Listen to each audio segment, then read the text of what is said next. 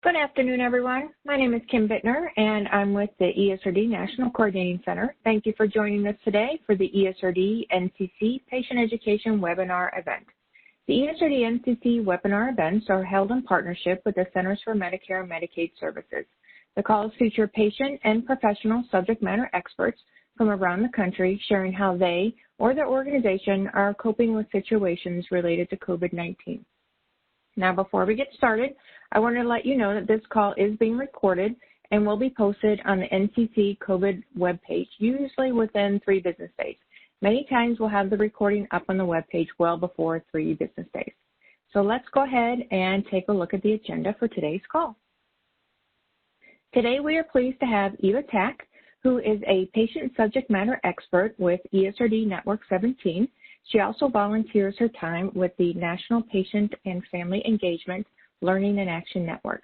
And as part of the group, she partners alongside other patient subject matter experts, and they share their stories, ideas, and perspectives to help other patients become more engaged in their health and care to improve their quality of life. Our other guest today is Barbara Shephard, who is a renal transplant outreach and physician education coordinator from the University of Virginia Transplant Center. And our topic for today is choosing a kidney transplant during COVID-19. So what is this call about? You will hear tips to empower yourself to cope with COVID-19. We will share some real-world experiences that you can put to use. We'll have some resources for you to use and share with others. And this series of calls is available to you bi-monthly, offered on a variety of topics. Now, before we get started with this presentation, we wanted to share with you a few online resources. So if I could have the next slide, please. The NCC website offers many COVID-19 patient resources, from where to find online information, to ways to empower yourself, to learning how to connect virtually with others. This webpage offers a variety of information. You can access handouts, webinars, videos, and links to trustworthy organizations.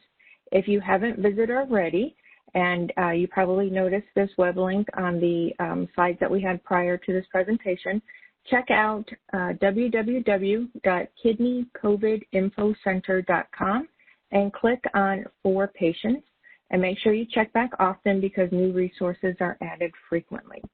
And on the next slide, this NCC website also offers a web page with information for patients and family members.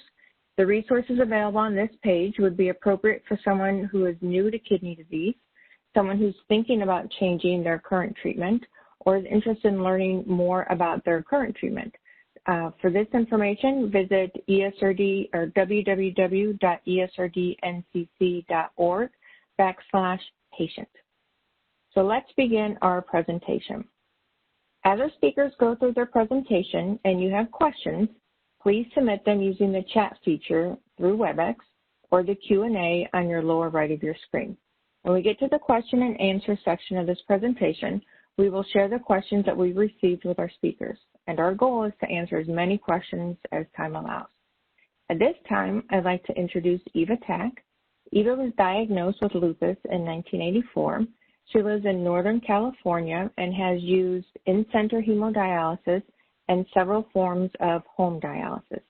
She recently received a kidney transplant, which is what she's going to talk to us about today. And as I mentioned earlier, volunteers with both the ESRD Network 17 and the National Patient and Family Engagement Learning and Action Network. Welcome, Eva. Hi, thank you for inviting me to participate in this. Thank you for joining us.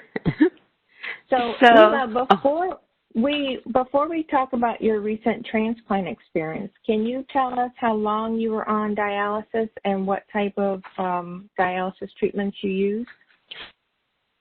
Yes, so I was on dialysis for 4 years and 10 months before I got the call for the transplant. And initially I started out with peritoneal dialysis.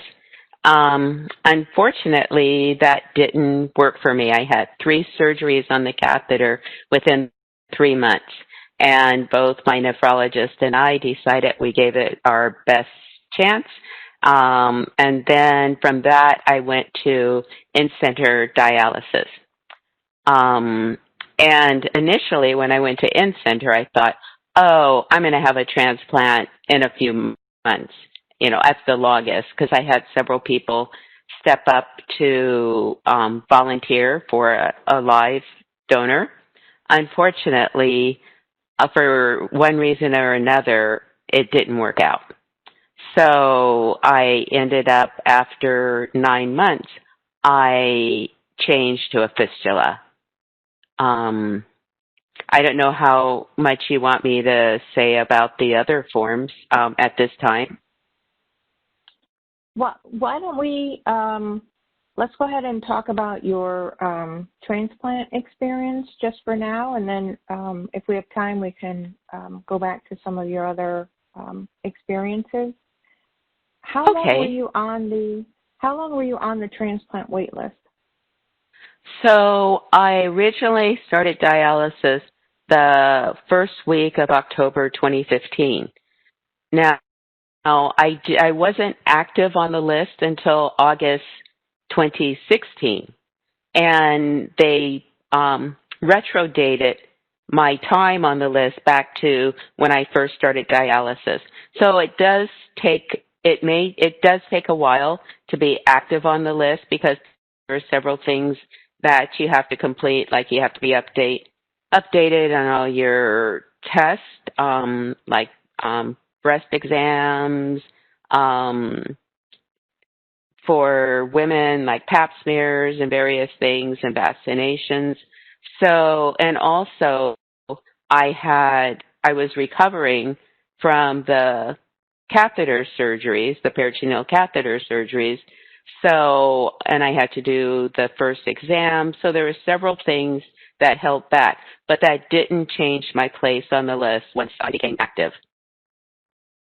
Okay. So you were, it was about a year. Almost a year, yeah. Almost a year before you were on the transplant wait list. And yes. Were you on that wait list from the time that you received your transplant? Were you on that wait list continuously? No, because I had a few other health issues. And so each time I had a health issue that didn't enable me to have a successful transplant, I was placed on pause. And so then when I recovered from that and was examined by one of the Transplant Center's physicians, then I was placed back on the list. But during the pause, you don't lose any time. You still hold your original place on the wait list. Okay.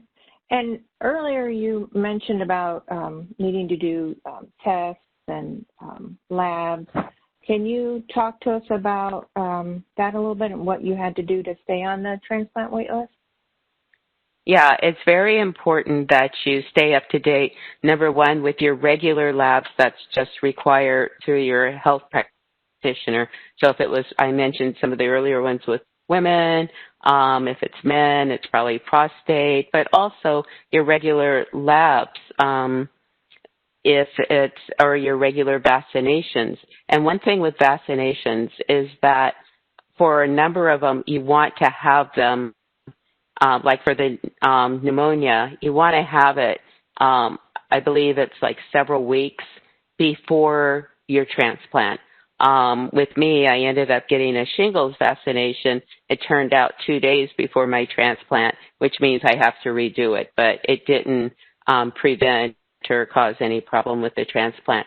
In my case, with some of my issues, it was having echocardiograms regularly or a sonogram because of co-occurring conditions. So, it varies with each person, but it is important. Also, the Transplant Center will periodically have you do a blood matching sample.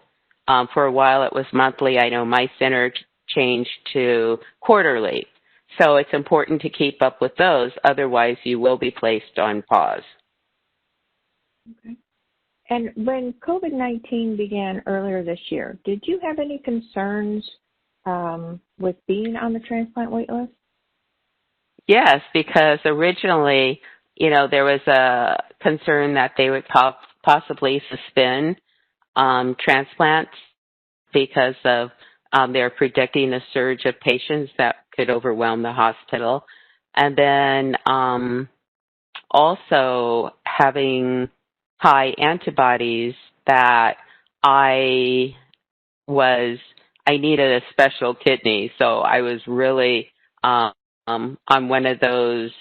I was one of those cases where there weren't a lot of kidneys that would be a match for me. So I was concerned about that, especially if some came available and the hospitals weren't conducting transplants.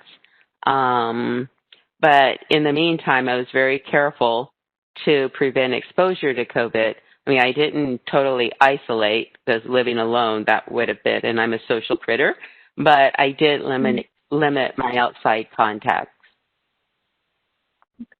And what, if anything, did your Transplant Center do to help you prepare for the transplant, especially during COVID-19?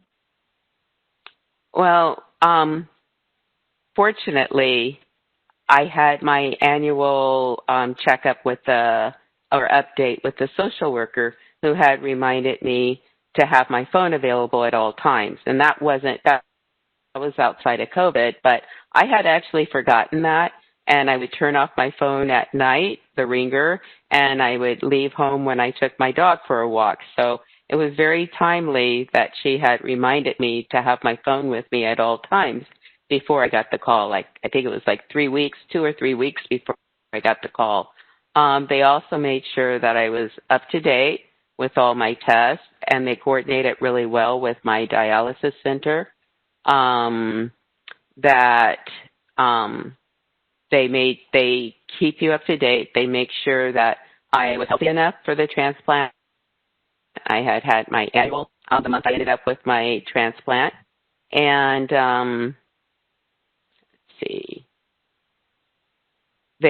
I continued to do the periodic blood test for matching. And so they were very helpful with keeping me up to date and reminding me what I needed to do to stay on the list and be accessible. Okay. Now, you received your call just this July. What was that like, and how did you prepare for the possibility of receiving a transplant? Well, after almost 5 years, and I had a few close calls that one of the cases had gone to committee, and then it was denied in committee. There was another time for a live transplant that they had actually given us a tentative date, the donor and me, and she did not pass the last test on the last day after going through 3.5 months and getting a tentative date. So I had just kind of figured I'd be on dialysis for a while. So I ended up getting a phone call on July 30th. It had been a long day working, and I got the phone call right after 10 p.m. And I was actually having dinner at that time because, like I said, it had been a long day. And they told me I needed to be at the center at 6 a.m. Now, one thing, the phone call came in from a Pennsylvania number. And so if there are people that don't answer calls that they're unfamiliar with the number, and sometimes it'll come up also as no number available, answer your phone regardless of what number shows up. Because it could be your transplant. And they only give you a half hour to return a message or answer, and then they move on to the next person. So that's really important. Now, they always tell you to have a bag ready. Well, I just thought, I'm used to throwing together a quick bag. However, to be prepared for dialysis, whenever you leave for a major surgery, or at least whenever I leave, especially living alone, I make sure things are in order just in case I don't come home. And that's just for, any major medical procedure. So, I had to make my contacts. I also work, so I had to cancel my client appointments, change my voicemail, advise people I will be out for a while and accessible. It was the end of the month, so I paid my bills and did my banking. I had just picked up a puppy 3 weeks before, so I had to make arrangements for him and pack his stuff. I had given my daughter an orientation of where all the important papers and stuff was, but I had moved. So I had to go through that with her again and then pack my stuff, shower, and sleep and be at the hospital in less than 8 hours. So it was a busy night. I ended up with 2 hours sleep, but so keeping things in place is really important because the call may come any time of day, anytime. Good information, Eva. Who discussed the financial concerns about the transplant process with you, and how early or late in the process was that discussion held? Well, the first discussion was held when the social worker called me in August 2016 to tell me I was officially on the transplant list. And she went over my insurance, the cost of any potential cost of any medications or anything. Fortunately, I had insurance outside of Medicare that at the time was my primary. And then each time I met with a social worker, that was at least annually, they would update any changes in insurance or any other financial changes. So the Transplant Center stayed on top of that. Okay. And did anyone discuss with you high KDPI kidneys with you? So a high kidney donor profile index kidneys with you? Yes. So in the initial orientation, when I first applied to be on the wait list, there was a series of you met with the nutritionist, you met with the social worker, you met with the nurse, the coordinating nurse. And that was as a group. So they talked about the high KDIP. And at the time, it's like, well, I opted out of that. And then later, a year or two later, when I had my annual checkup with the physician, he actually went into detail about what that was. And at that time, I decided, yes, I definitely want to be on the list because some of the criteria, and it may depend on different centers, but he said a high KDIP could be someone who is maybe in jail for 3 days. And having worked in law enforcement, I know that you're not necessarily exposed. And I ended up getting a high KDIP. That was a good match for me because of my 98% antibodies. And the donor had received multiple transfusions when they were trying to prevent their death. So for me, having a high KDIP was perfect. It was a good match. And so that's something to really think about and ask your physician, what is the criteria for that? Because it was a lot more palatable to me when I had a real discussion about the different cases. Well, thank you for that. And for our last question for you for right now, Eva, what recommendation would you make to someone who is thinking about going on the transplant wait list but is hesitant? Well, there's some good information on the NCC, on the patient hub, the kidney patient hub. But one thing that I feel is really important is to take the chance. I mean, you don't have anything to lose by being on the transplant list. You don't have to accept a transplant when you get the call. And actually, I heard a case, I think it was through one of our meetings, where the person had refused at least once and then later received a transplant.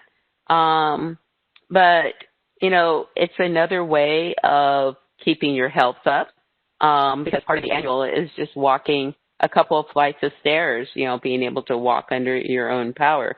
So it kind of gives you the initiative to keep your physical health going, which also helps your emotional and mental health. And don't make any assumptions. One thing that's really important is, and I've seen some cases where people thought they were on the list, but they really weren't because, I mean, we were going to the same transplants or using the same transplant center, but they weren't doing any of the requirements. So rather than just checking with your dialysis clinic social worker, I would really advise you to contact the transplant center directly. And if you are on their list, you should have been assigned a nurse transplant coordinator or a social worker or a nutritionist. Even though different centers have different guidelines, that's pretty basic.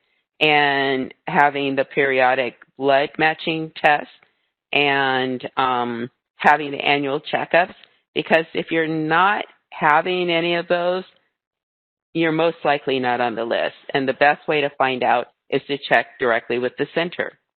I know having a transplant, if people are concerned about surgery, at this point, they're really quite routine. I was surprised. I didn't have any pain. I had a block for the surgery that remained in for several days after, and then that ended up coming out on its own, and I never had any pain. Now, I may be unique, but they've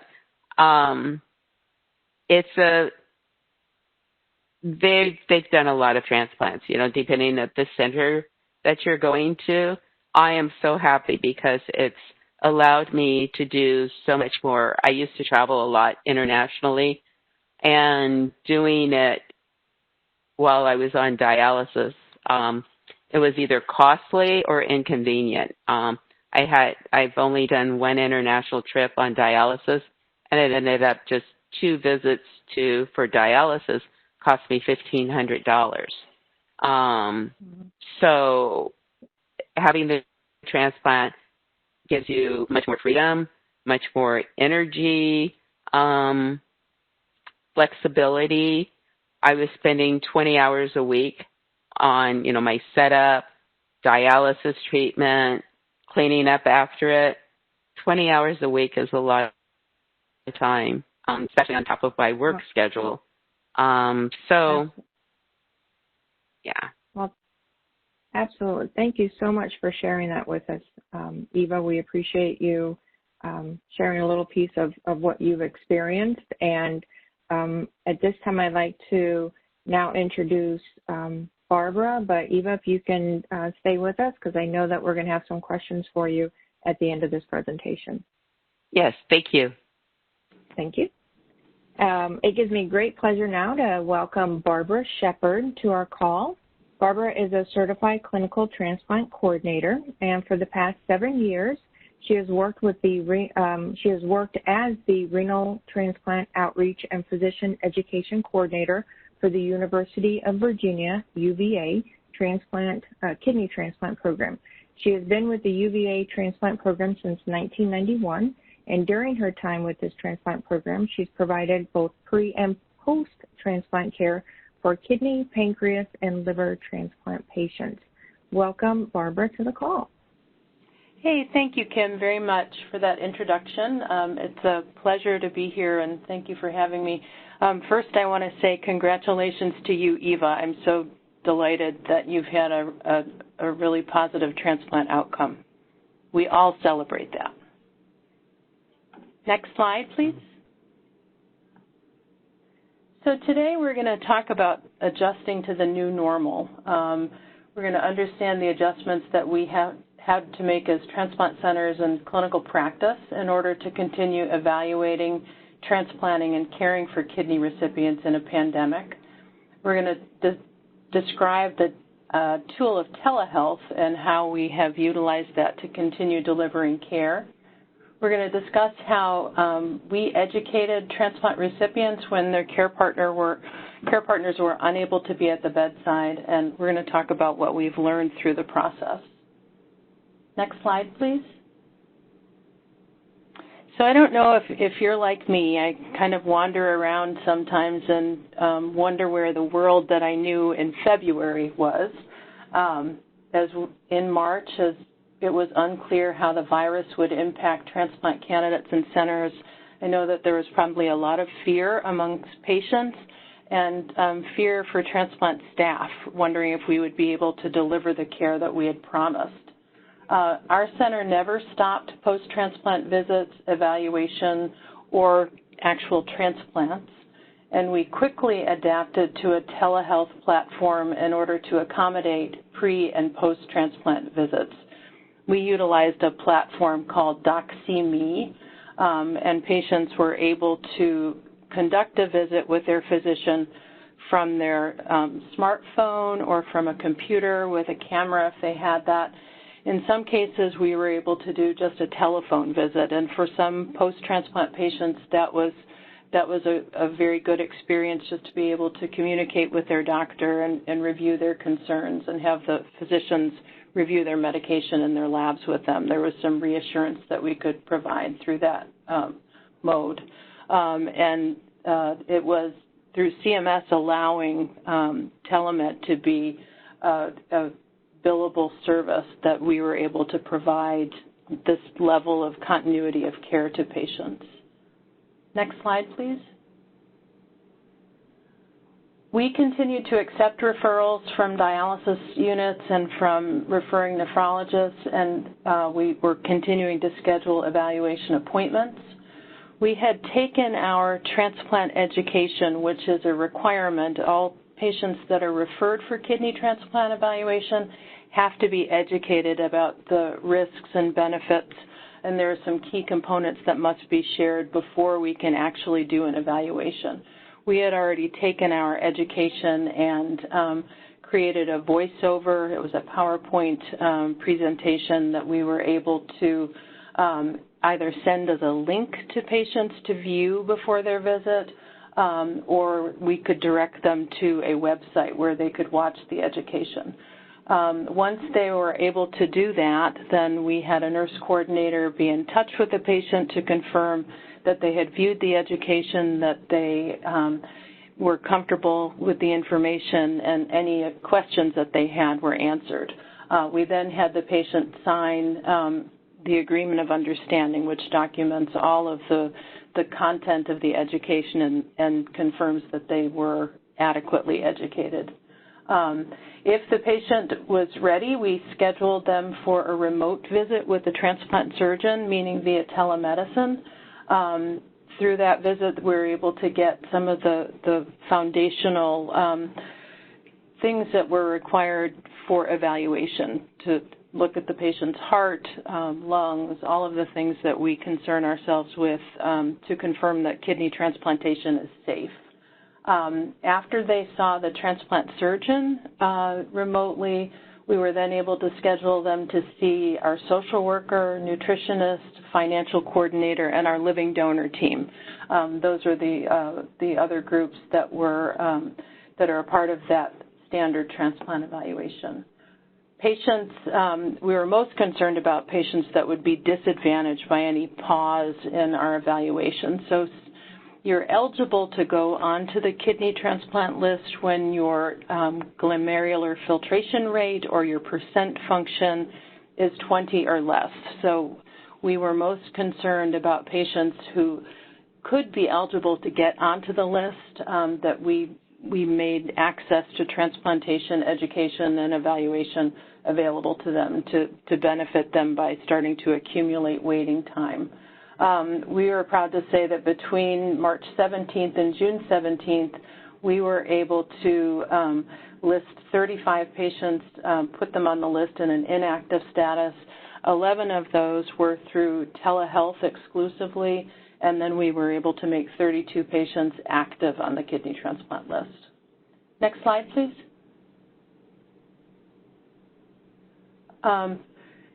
We're going to talk now about our living donor kidney transplant program.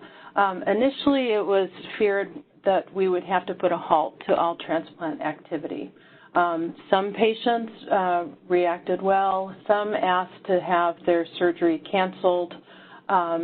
And donor evaluations that were scheduled through the end of March and the beginning of April were canceled while our team put together a plan. You really have to shift gears to be able to move the operation along. Next slide, please.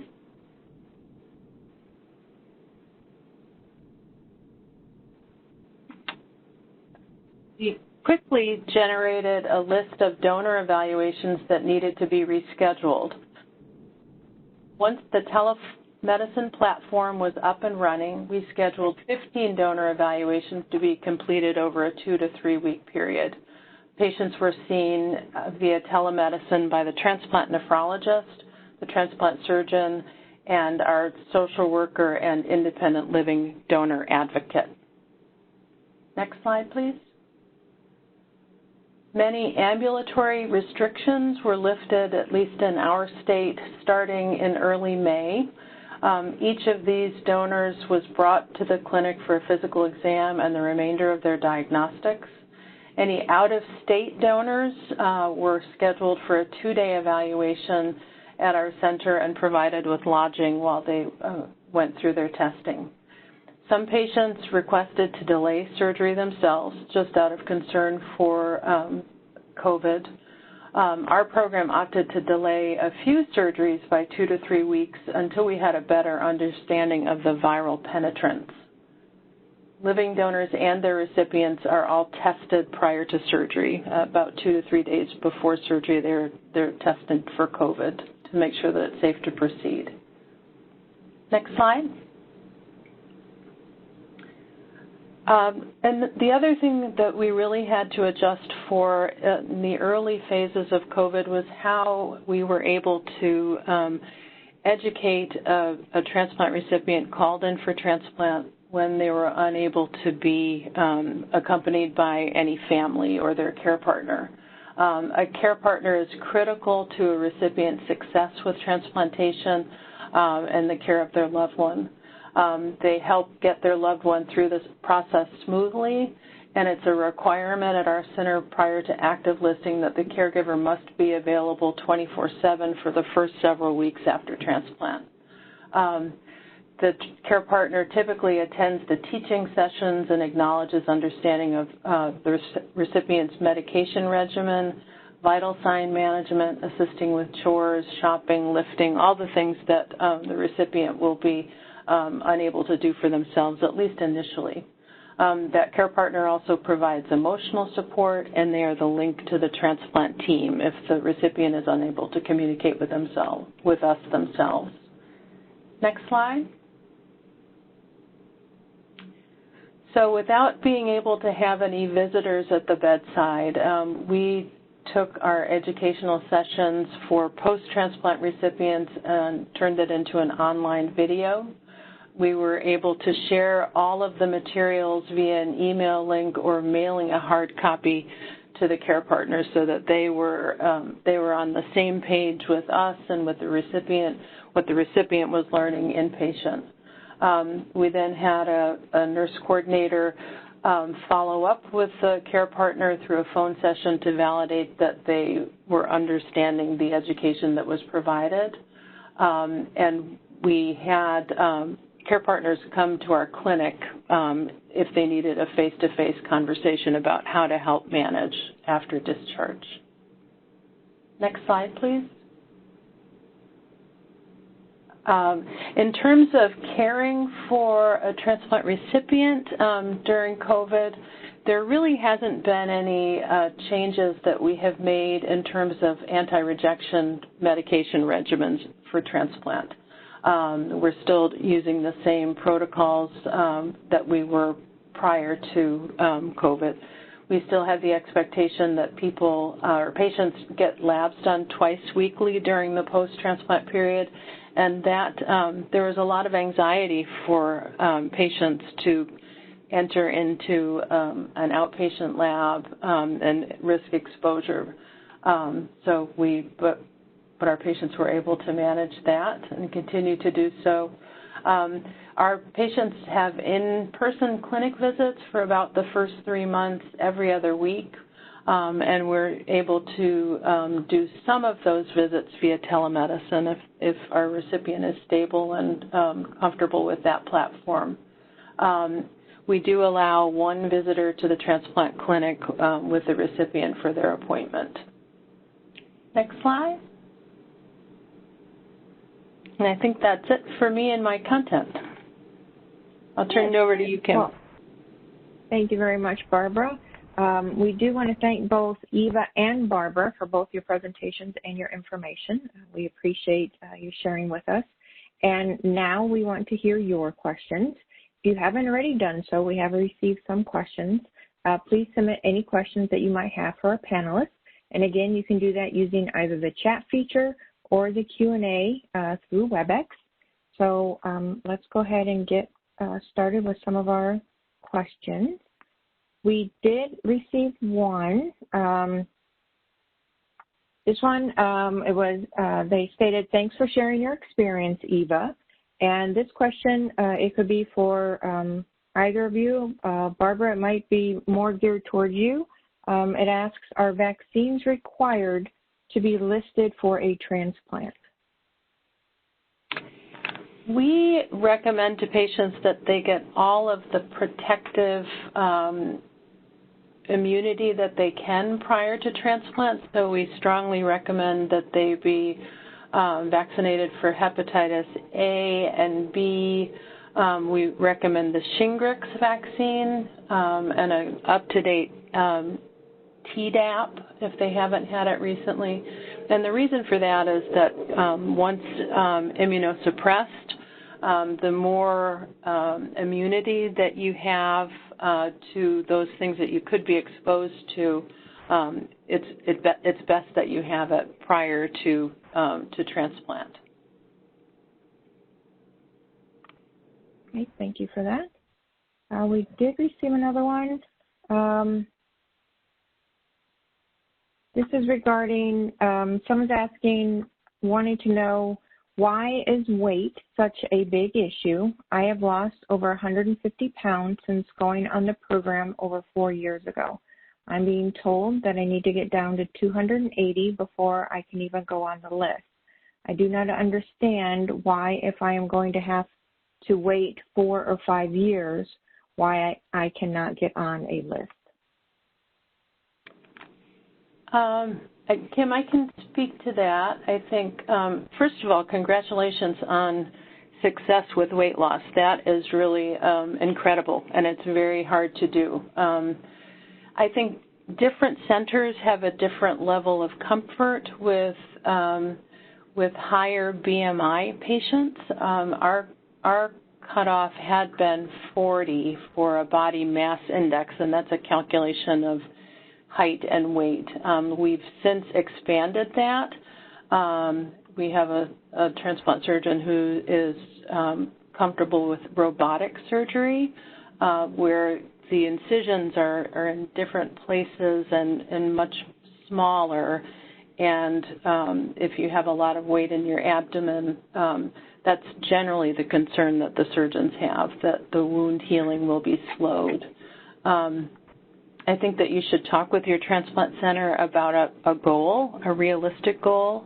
And I think it may be, if it's something that you still have a ways to go to get to that goal, we often encourage people to explore bariatric surgery as a means to get them to a transplant weight goal. I also wanted to add to that, even with the donor, that there's a weight limit. And I know at my center, I think it was 32 BMI to be a donor, because that eliminated a couple of my potential donors. So it's for both the recipient and the donor that there are limits. Thank you both for sharing that information. This one is more of a statement. So Barbara, if you can confirm this. Another more immediate way to determine if you are on a transplant list is to ask your dialysis center, are they sending a periodic or monthly blood sample to the transplant center? Yes, I think that would be one way to confirm that. Although I think, as Eva said, the best thing to do is to reach out to the transplant center and confirm that you're listed. Every transplant center who lists patients on the UNOS waitlist is required to send a letter to the patient, the dialysis unit, the referring nephrologist, that states your patient has been actively listed. These are the requirements while they're listed. So you should have gotten a letter, but I think, as Eva said, a call to the transplant center to ask your status would be the most direct way to get the answer to that. Thank you for that. And we have another one. Barbara, you mentioned some people have delayed their surgery. Have any patients asked to be taken off the transplant waitlist for now, or until a COVID-19 vaccine is approved? I am not aware of anyone at our center asking to be removed from the list or asked to be made inactive during COVID. Okay. Thank you for that. And Eva, this one is for you. You mentioned being on the transplant waitlist for nearly 5 years. How did you stay positive for a transplant during that time? Well, I have a strong faith-based approach, and even after the disappointments, that I figured that if it was meant to be for me, it would happen at some point. And if it wasn't, I still was able to work and have a social life and do the activities that I enjoyed. And was even planning on, we were supposed to do a 4-country trip to Europe in June before COVID. So I was still willing to do what I needed to do to travel internationally. So it was faith that kept me going. There you go. And Barbara, it looks like this one might be for you. If you have someone who is willing to provide a kidney and then they will not let you go, which I believe this means they will not let you go on the, will not let you receive a transplanter. When they find a match for you, do you then have to find a match for yourself? So it sounds like if you're not able to go on, if you're not able to be transplanted, but you have someone who's willing to donate, but you're not able to be transplanted that time, do you then have to find a match just for yourself later on? It seems like that's what this individual is asking. If I can clarify the question, I'm assuming what they mean is that they had a living donor come forward who went through the evaluation but was incompatible with them. And that's the way I'm going to answer this. There is a registry called the National Kidney Registry, which is they're who our center works with to participate in paired exchange. And paired exchange is, as I think you're referring to, a donor who is otherwise appropriate to be a living donor that the recipient is incompatible with. In that situation, we can enter both donor and recipient into this database, and each week there's a running of the list to determine if there is another donor-recipient pair out there that we may be able to do an exchange with, or it can start a chain of transplants. So in terms of going out to find a donor on your own, that's something that if you have a community that is aware, you have access to social media, you can utilize that to just help raise awareness of your need for a kidney transplant. Transplant centers can't go out and seek living donors on your behalf. That's not something that we can do, but you should be able to get guidance on how to raise awareness in your community about your need for a kidney transplant. I hope that sort of answers the question. I think it does. Thank you. I'd just like to add a little bit to that also. I was also on the exchange registry, especially since my antibodies were so high. And also, I just kept copies of the information for living donors that I was given at my transplant center. So I just kept them with me in the car or in my purse. So, there was a few times when, I was just having a conversation with someone, and then someone else overheard it, and the one that actually we went all the way to the date, she just heard it, and it's like, I'll give my kidney. And so I just went out to the car and got the paperwork, and she called in, and it was on from there. So having that information with you at all times can be very handy. Okay, thank you. And I'm going to provide information for this question that we received.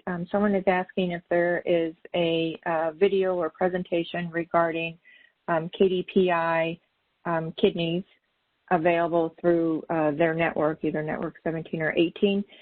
And there is a future slide that in this presentation that we're going to provide where we do provide this information of how you can access this through the NCC website. So we will provide that just a little bit later on through the presentation. So thank you for asking that question. Barbara, we have another one for you. We have time for two more that came in. Barbara, we have this one for you. We asked Eva what advice she would give to someone who's hesitant to go on the transplant wait list, but they are asking what advice you would give to someone who is hesitant about going on to the transplant wait list. Well, kidney transplantation is all about restoring quality of life. It's about giving back the time and the freedom and the independence to live your life as you knew it before your kidneys failed. I think getting comfortable with your transplant team, getting to feel as though you have confidence in them and that they understand you, I think is really important. And I know at our center we spend a lot of time with patients, and developing relationships is really kind of key to having a successful transplant outcome. I know also that kidney transplant for many patients is a life, not only a quality of life enhancing thing, but it can extend life. It is really the best option, but dialysis is very hard on a body. So if you are a candidate for transplant, I think that you should really consider that. I also think one of the best things that I tell recipients to do if they have fear and reluctance is to seek out people like Eva who have gone through it and can speak to their experience. I think that's oftentimes the best opportunity for fears to get sort of allayed and to really understand what you're getting yourself into. Thank you. And we have time for one last question. Eva, this is to you.